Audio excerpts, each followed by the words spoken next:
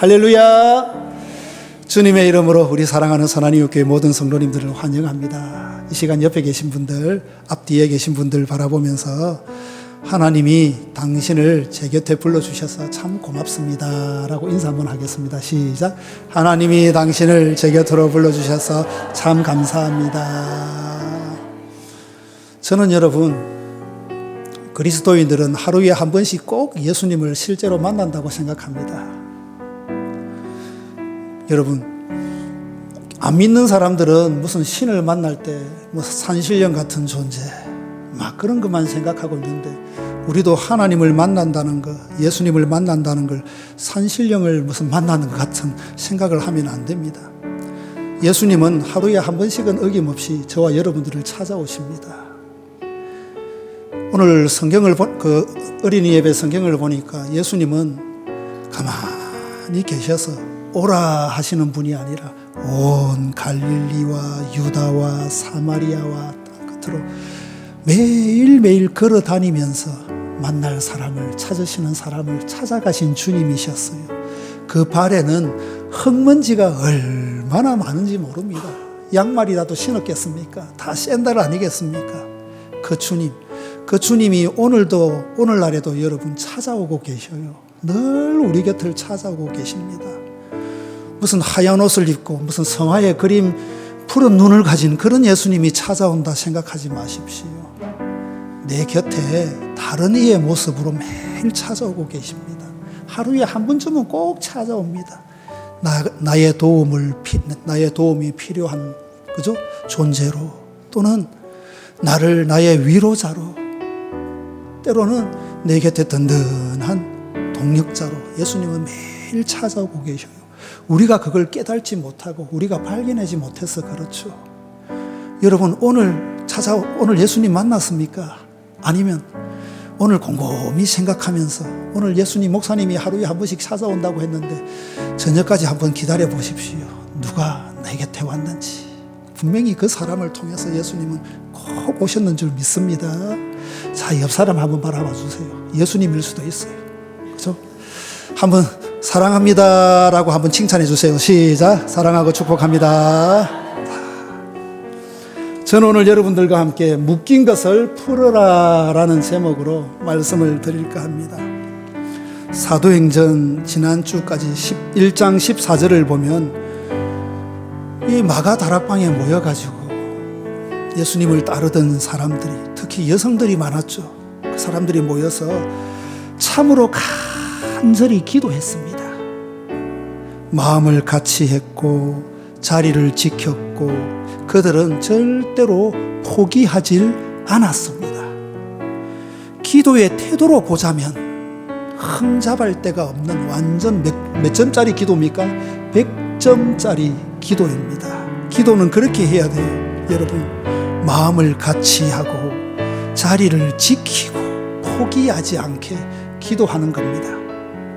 그런데 이상합니다. 기도는 계속 그렇게 100점짜리 기도로 계속 나아가는데 뭐가 없어요? 응답이 없더라는 겁니다. 하루, 이틀 이렇게 마가 다락방에 모인 사람들의 기도의 날이 며칠이 지납니까? 딴 일도 안 하고 기도에만 전심전력합니다. 이틀, 사흘, 열흘 가까운 시간이 흐릅니다. 10일 가까운 시간이 흐릅니다. 그동안 뭐 했어요? 같이 했고 자리를 지키고 포기하지 않고 계속 10일 이상 그렇게 열흘 동안 기도했습니다. 그런데 아무 일도 일어나지 않습니다. 우리는 이런 상황을 여러분 잘 알아요. 경험 많이 하셨잖아요. 여러분, 기도는 하는데, 기도는 했는데 기도가 막힌 듯한 시간, 그럴 때 우리는 흔히 말합니다. 어떻게 이야기합니까? 목사님, 이렇게 기도하는데 왜 응답이 안 됩니까? 그러면 흔히 목사님들이 많이 하는 레파토리가 뭡니까?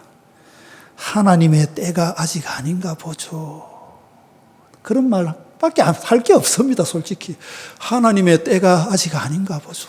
내가 어떻게 하나님의 마음을 다 압니까? 그죠? 하나님의 마음속에 내가 어떻게 들어가서 싹 다 읽어낼 수 있겠습니까? 하나님의 때가 아직 아닌가 보죠. 더 기도합시다 하면서 손잡아주는 수밖에 없습니다. 맞는 말입니다, 여러분.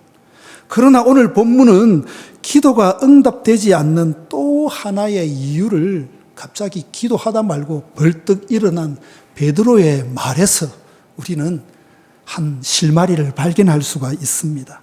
그것은 여러분 기도가 부족해서가 아니라 아직 풀리지 않은 것이 남아 있다는 거예요. 아직 관계 속에서 풀리지 않는 그런 것들이 남아 있다는 것입니다. 저번에 여러분 우리 산상수훈 이야기할 때 제가 지지난주 수요일 때 하나님 앞에 기도하러 제사드리러 나올 때 뭐 먼저 하라고요? 사람들과의 관계 속에서 뭔가 빌 것이 있다면, 예수님의 말씀으로 보면 빌 것이 있다면, 내가 찾아가서 용서해달라고 구할 것이 있다면 먼저 제사를 드리기 전에 뭐 하고 오라고요? 거기 가서 그 사람한테 가서 용서해 주세요 싹 빌고 와서 용서받고 와서 하나님 앞에 뭐 해달라고? 용서해달라고 기도하라는 거예요. 그런데 오늘날 많은 그리스도인들은 하나님께만 용서해달라고 기도하고 하나님이 내 죄를 용서해 주셨네, 나의 모든 걸 용서해 주셨네, 정작 먼저 가서 용서 빌어야 할 사람한테는 용서를 구하지도 않고 하나님께 와서 용서 받으면 회개하면 다 끝난 거예요. 예수님은 분명하게 말씀하셨어요. 그런 건 용납하지 못한다는 겁니다. 예수님은. 사람한테 가서 먼저 용서 빌고 용서받고 구하고 그걸 먼저 해결하고 나서 하나님 앞에 그 다음 와서 온전한 예배를 드려라. 회개할 것을 하고. 이건 예배가 이순위로 밀려나는 게 아니라 그만큼 어떠한 예배를 드리라는 거예요? 완전하고 온전한 예배를 드리라는 예수님의 가르침이라는 겁니다. 오늘 베드로도 딱 그걸 이야기합니다. 야, 전에 예수님이 그 말씀하지 않았나? 우리가 10일이 넘게 이렇게 합심해서 마음을 같이 하고 자리를 지키고 떠나지 않고 밥도 안 먹고 그냥 화장실 가는 것도 모르고 그냥 그 외에는 이렇게 와서 포기하지 않고 기도만 하고 있는데 뭔가 있다. 베드로가 일어난 거예요. 여러분, 그게 바로 뭡니까? 사도행전 1장의 흐름을 보면 묘합니다, 여러분. 어떤 분들은 여러분 설교가들은 사도행전 1장을 역사적으로 막 설교를 하는데 저는 그렇게 하지 않습니다, 이번에는. 1장의 흐름은 묘합니다. 기도 이야기로 시작하다가 갑자기 베드로가 일어나서 말합니다. 형제들아 라고 말을 합니다. 여러분 합심해서 막 기도가 있다가 갑자기 베드로가 일어나가지고 형제들아 이렇게 하면 깜짝 놀라겠죠. 형제들아 라고 그런 상황이에요. 그리고 그가 꺼낸 이야기는 뜻밖에도 주제가 누구입니까? 가룟 유다입니다.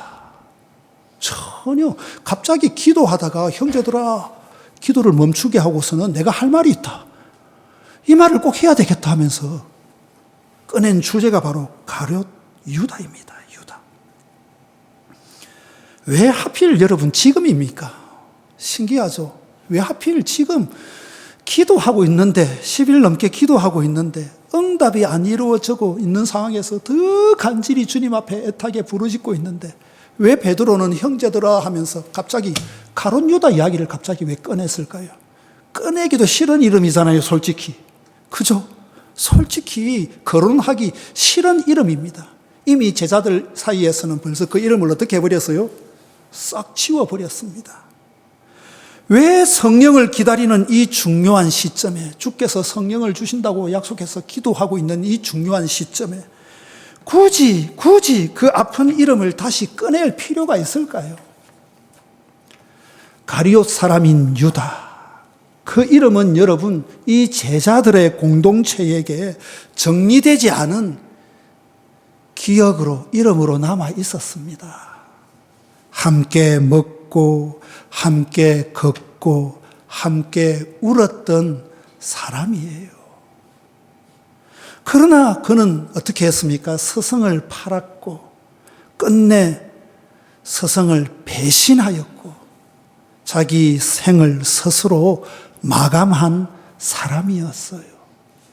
그래서 우리 기독교 역사에서도 우리 제자들 사이에서도 절대로 꺼내고 싶지 않은 이름이었습니다. 아무도 말하지 않았지만 모두가 알고 있었어요. 베드로가 이 이야기를 꺼내니 그의 죽음은 그 공동체 한가운데 묶여있는 풀리지 않는 매듭이었다는 거예요. 예수님의 12 제자였는데 주를 팔아버렸고 배신하고 또 자살해버렸다. 절대 꺼내기 싫은 창피한 이름이었습니다. 기도는 하나가 되었지만 아직 뭐가 풀리지 않았어요. 온전히 관계 속에서 풀리지 않은 문제가 하나 떡하니 남아있더라는 겁니다. 제자 사이에. 베드로는 그래서 갑자기 일어납니다. 베드로는 어떤 사람입니까? 필 받으면 뭐 시간, 상황, 장소 따지지 않고 그냥 일어나서 하자 하는 사람이지 않습니까? 베드로는 그 문제를 피하지 않습니다. 감정으로 몰아가지도 않습니다. 베드로가 벌떡 일어나서 형제들아 하면서 이 이야기를 막 꺼냅니다. 누군가를 정죄하지도 않습니다. 그는 말씀을 엽니다. 성령이 다윗의 입을 통하여 미리 말씀하신 성경이 응하였으니 하면서 말을 시작합니다. 베드로는 여러분 유다의 사건을 사람의 실패로만 설명하지 않습니다. 하나님의 말씀 안에서 다시 읽어줍니다. 이렇게 우리가 하면서 막 말씀 앞에서 읽어줍니다. 여러분 우리가 말씀 앞에 서면 사건은 사라지지 않지만 뭐가 달라져요? 의미가 달라집니다. 참 신비신기한 것은 우리가 말씀 앞에 딱 설 때 내 상황은 하나도 달라지지 않았는데 말씀을 들으러 오기 전에는 내 상황이 너무 눈물나고 처절하고 아프고 지옥 같았는데 하나님의 말씀을 받고 난 뒤에는 똑같은 상황인데 그 상황을 바라보는 눈이 시각이 어떻게 되어버렸어요? 달라져 버렸습니다. 전에는 파란색의 안경을 끼고 봤는데 말씀을 받고 나니까 붉은색을 안경을 끼는 것하고 똑같은 거예요. 똑같은 상황인데도 보는 눈이 달라졌다는 겁니다. 그 자리에 모인 120명은 베드로의 말을 들으며 각자의 마음속에 묶여있던 죄책감, 분노, 혼란, 슬픔의 매듭이 조심스럽게 하나씩 풀려갔을 것입니다. 기도는 여러분 그제서야 숨을 쉬기 시작합니다. 가룟 유다에 대한 분노, 슬픔, 죄책감, 그를 그냥 묻어두고 잊어버리려고 했던 그런 생각들, 풀지도 않고 두버려야 했던, 잠가버렸던 내 생각의 한편, 그걸 이 베드로의 말을 통해서 제자들은 120명의 사람들은 풀기 시작합니다. 그제서야 숨이 이제 쉴 정도가 됩니다. 그리고 어떤 일이 일어납니까? 성령 강림이라는 놀라운 역사가 마가의 다락방에 임하게 되더라는 겁니다.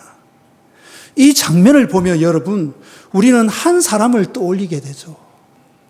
이와 비슷한 이야기가 또 구약 성경에 나옵니다. 바로 참 하나님을 열심히 믿는데 맨날 고생만 하는 사람이 누가 있습니까? 성경에. 여러분 성경에 보면 나보다 더 고생 많이 한 사람이 누가 있는 것 같아요? 요 빼고. 여러분 쌍둥이 야곱이 생각나지 않습니까? 야곱은 여러분 태어날 때부터 좀 성질이 좀 지랄 맞은 사람이었습니다.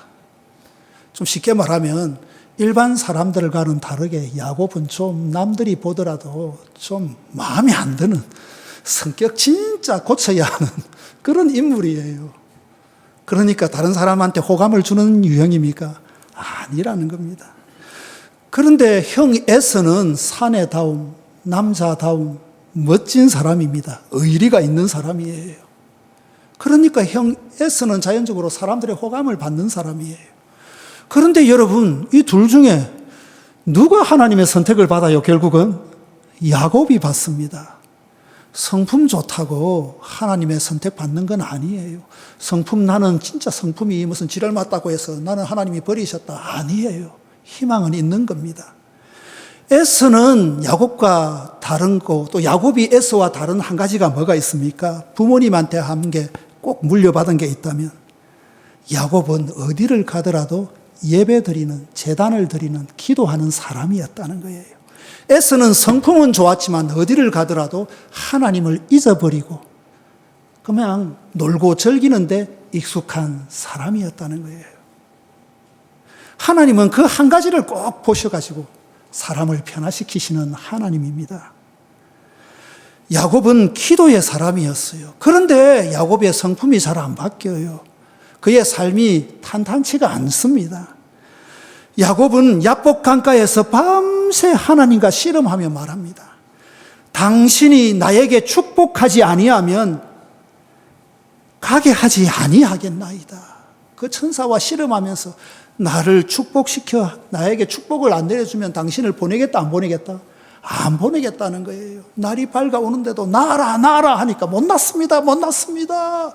오죽했으면 야곱의 엉덩이 환도뼈를 어떻게 했어요? 탁 치니까 야곱이 그때부터 다리를 한도뼈가 탈골이 되어가지고 엉덩이 뼈가 탈골이 되어서 절기 시작했다는 거죠. 그럴 정도로 야곱은 목숨을 걸고 하나님 앞에 기도로 나아간 겁니다.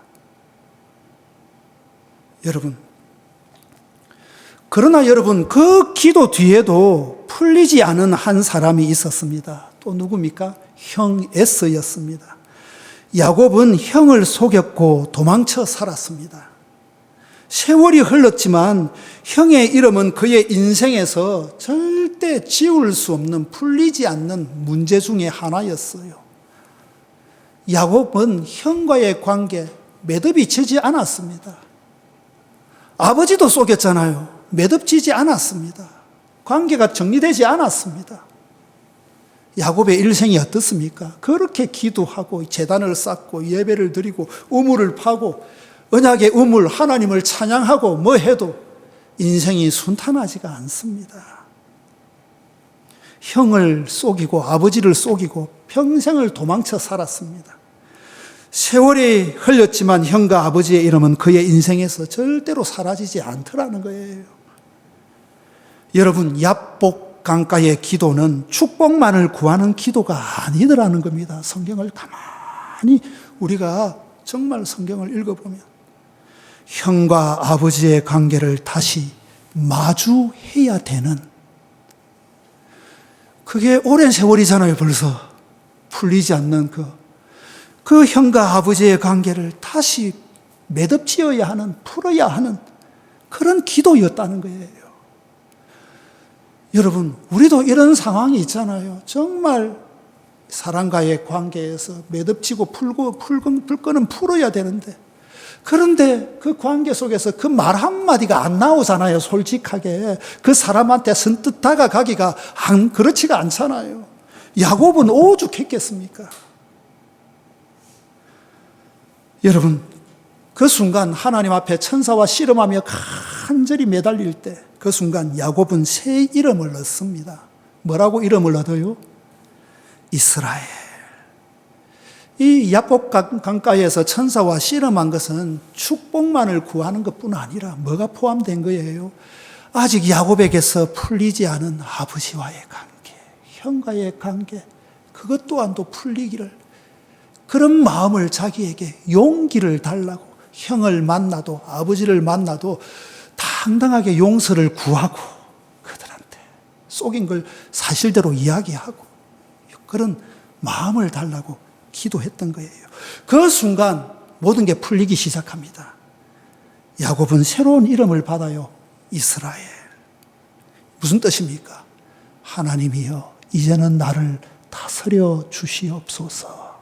전까지만 해도 하나님이 다스린 자신의 삶이 아니었다는 거예요. 그렇게 하나님 열심히 믿고 기도 생활을 하고 했는데, 그런데 이 며칠 문제를 이제 풀려고 생각하니까 작정하고 간절히 하나님 앞에 이제 기도로 나아가니까 하나님이 새로운 이름, 너는 하나님이 다스려 줄 사람이다. 그렇게 하나님이 생각하시고 새 이름을 주셨다는 거예요. 여러분, 올해가 가기 전에 아직도 내 마음속에 풀리지 않은 이름이 있습니까? 그 누군가가 있습니까? 하나님 앞에 야곱처럼 기도하십시오. 풀 수 있도록 용기를 달라고, 지혜를 달라고 간절히 구하십시오. 그리고 그 용기로 손을 내미십시오. 예수님이 그랬잖아요.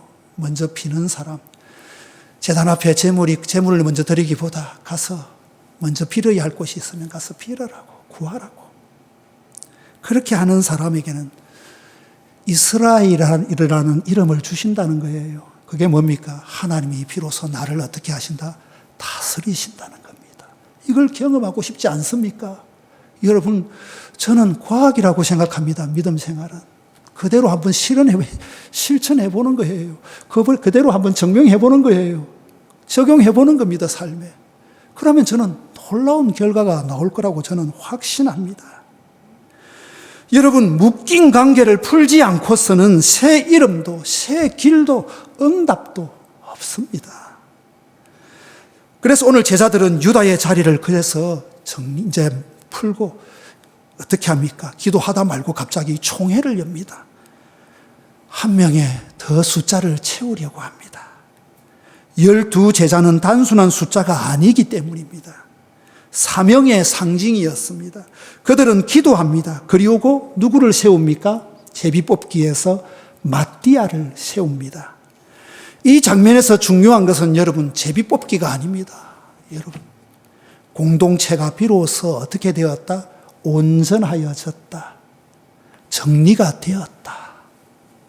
모든 것을 다 풀었다. 그런 사실입니다. 그제야 사도행전 2장이 열려요. 2장이 뭡니까?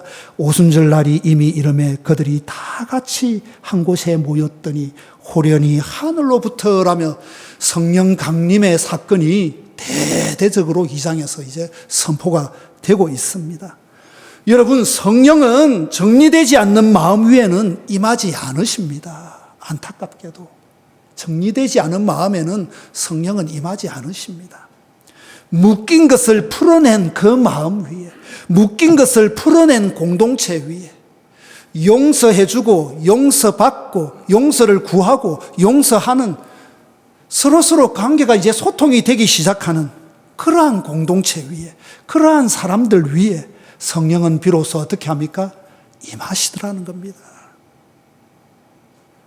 여러분, 여러분들의 마음에 놓고 합니다. 간절히 당부합니다. 부탁합니다.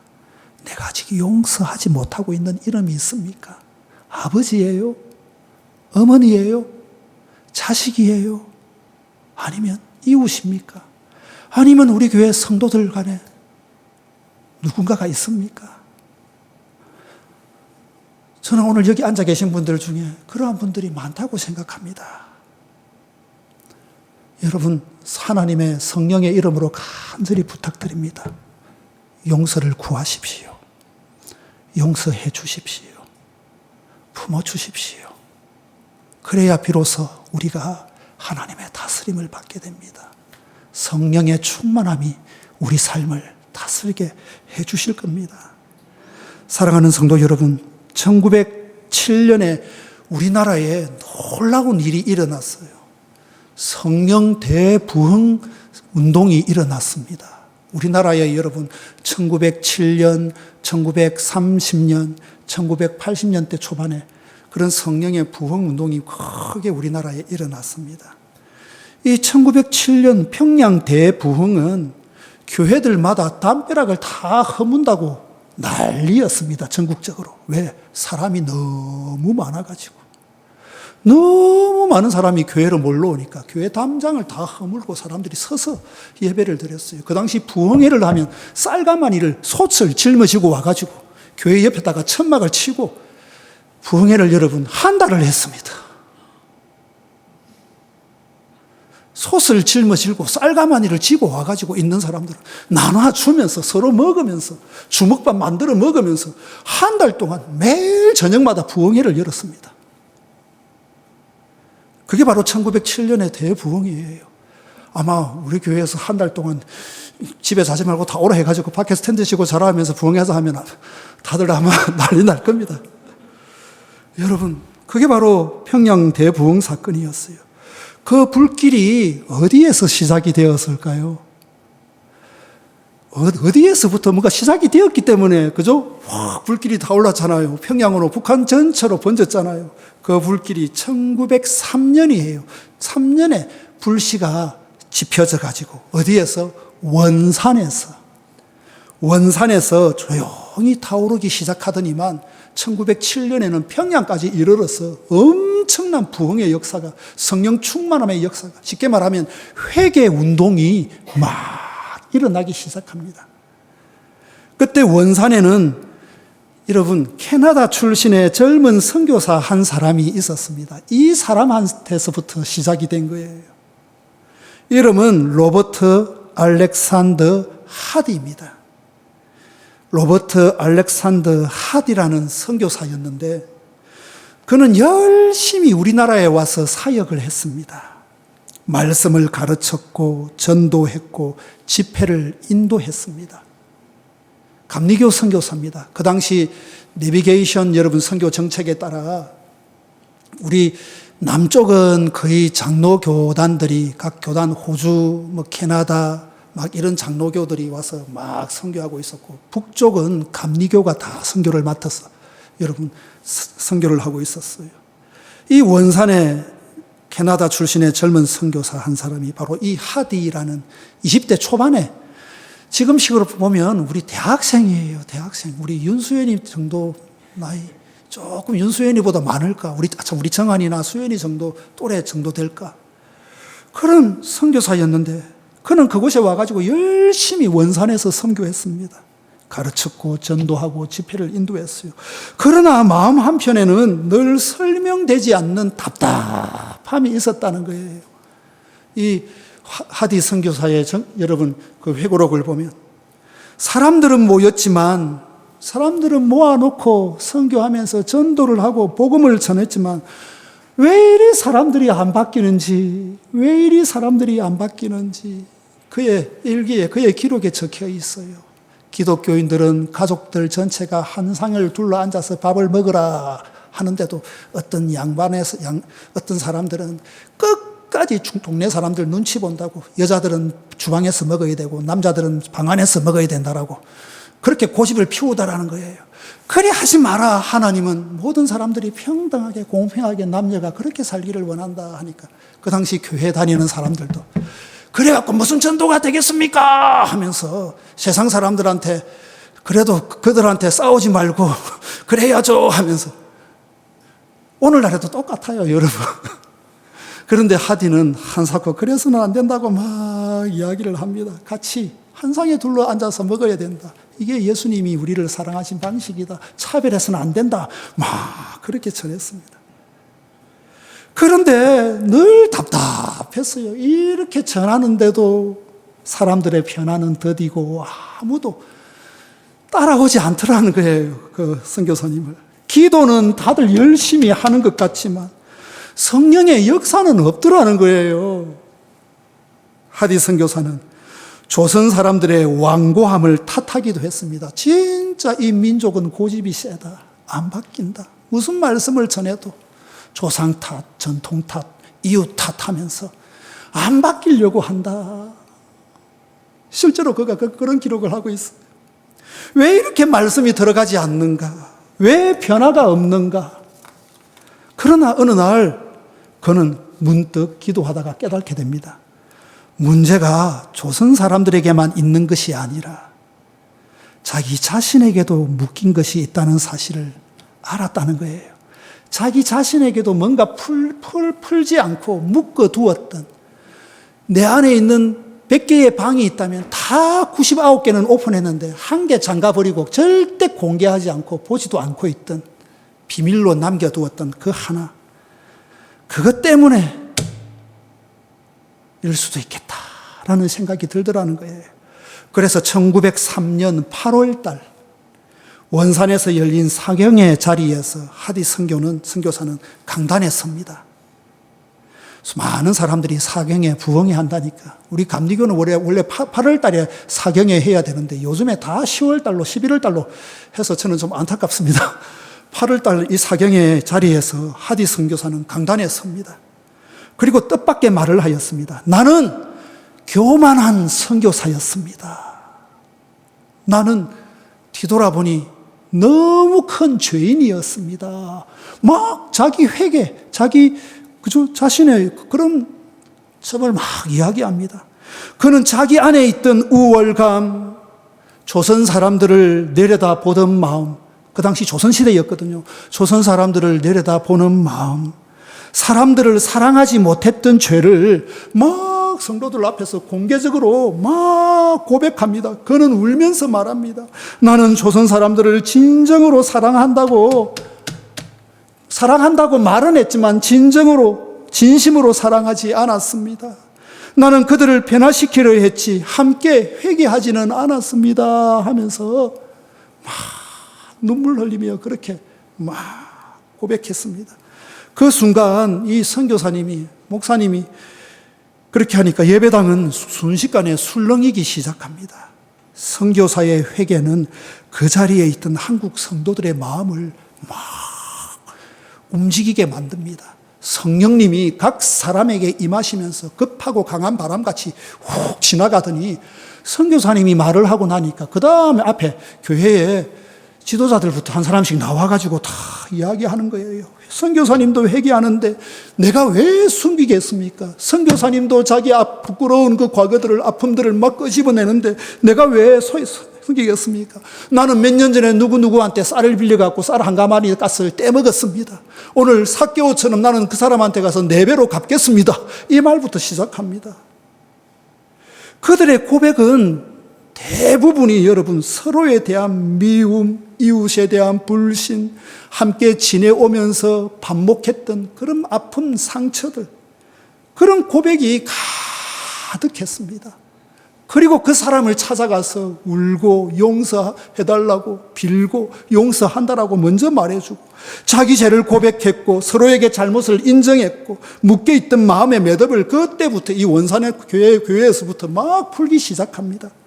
그때 무슨 일이 일어납니까? 성령이 임하였다는 거예요. 하디 선교사님의 기록을 보면 급하고 강한 바람 같은 완전 사도행전에 기록되어 있는 그 성령이 그대로 임합니다. 각 사람한테 지나가니까 너나 할 것 없이 다 울면서 앞으로 나오면서 고백을 하고 다 같이 주여 외치면서 눈물로 한 달간을 그렇게 기도하면서 부르짖었다는 거예요. 회개는 밤을 넘기고 새벽까지 이어지고 계속 그랬다는 겁니다. 그 집회 이후로 원산 일대 교회들은 완전히 달라져 버렸습니다. 이 사건은 흘러 결국은 1907년에 평양 대부흥의 불씨가 되어버렸습니다. 사랑하는 성도 여러분, 우리가 가장 깊이 묶여 있었던 것은 무엇입니까? 죄였습니다. 분명하게 해야 합니다. 죽음이었습니다. 단절이었습니다. 하나님은 그것을 풀어주려고 예수 그리스도를 이 땅에 보내셨고 그걸 해결하려고 주님께서는 십자가에 달려 죽으셨습니다. 나는 아직도 주님의 십자가를 부인하고 있지는 않습니까? 내 말은 주님을 사랑한다면서 내 행실은 단절됨으로 주님의 십자가를 부인하고 있지는 않습니까? 하나님은, 예수님은 그것을 십자가에서 풀어주려 이 땅에 오셨고 그걸 담당하시고 십자가에서 다 이루셨다 하시며 죽으셨어요. 예수님은 배신당하셨고 버림받으셨고 침묵 속에서 죽임당하셨습니다. 그러나 그 십자가는 막힌 길이 아니라 열린 길이 되었습니다. 하나님의 선물이 되었습니다. 이제 묻겠습니다. 여러분, 나에게 묶인 것은 무엇입니까? 냉정해지십시오. 자신의 마음을 한번 살펴보십시오. 우리 가정에 지금 묶인 것은 무엇입니까? 우리 가정을 꽉 붙잡고 있는 게 뭡니까? 풀리지 않는 그 덩어리가 뭡니까? 우리 교회가 아직 말하지 못한 유다는 무엇입니까? 묶인 것을 풀 때 성령은 다시 임하신다는 것. 부디 올해가 가기 전에 묶인 것을 다 풀어버리시고 새롭게 시작하는 새해를 맞이하시기를 주의 이름으로 여러분 간절히 축원합니다.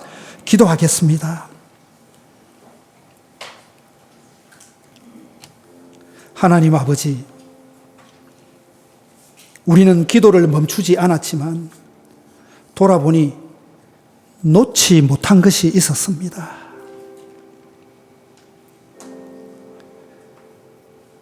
기회가 되어 말하지 못한 상처, 용서하지 못한 이름들, 정리하지 못한 과거가 아직까지 내 마음 깊은 곳에 내만 알고 있고 풀지 않은, 그래서 꼭 잠겨져 있는 그 방 하나, 그것이 내 마음을 지금까지 묶고 있었습니다. 오늘 말씀 앞에서 그 매듭을 풀게 하여 주옵소서. 그 방의 문을 열게 하여 주옵소서. 용기를 주시옵소서. 힘을 주시옵소서. 자신감을 주시옵소서. 주님, 십자가에서 모든 결박을 끊으신 예수님의 은혜로 우리의 기도와 우리의 교회가 다시 흐르게 하여 주옵소서. 이 모든 것 예수 그리스도의 이름으로 기도합니다. 아멘.